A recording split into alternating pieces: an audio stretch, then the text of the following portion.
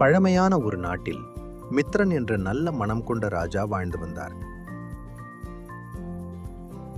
ஒரு நாள் காட்டில் வழி தவறிய தெய்வ தூதரை மித்ரன் உதவி செய்தார். நல்ல மனதை பார்த்த தெய்வம் ஒரு வரம் கேள் என்று சொன்னது. மித்ரன் யோசிக்காமல், நான் தொடும் எல்லாம் பொன்னாக மாற வேண்டும் என்றான். அவன் ஒரு மலரை தொட்டான். அது உடனே பொன்னாக மாறிவிட்டது.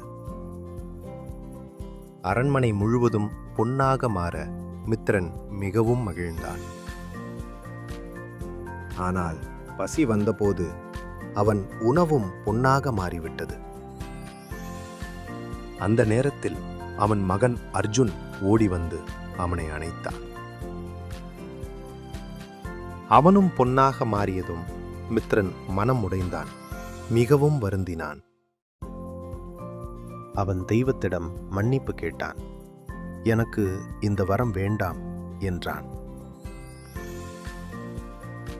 தெய்வம் அவனை மன்னித்து அவன் மகனை மீண்டும் உயிருடன் கொடுத்தது. அந்த நாளிலிருந்து மித்ரன் உணர்ந்தான், அதிக ஆசை நன்மை தராது. இக்கதையின் மூலம் நாம் தெரிந்து கொள்வது என்னவென்றால், அளவுக்கு மீறிய ஆசை தீங்கு மட்டுமே தரும். அன்பே உண்மையான செல்வம்.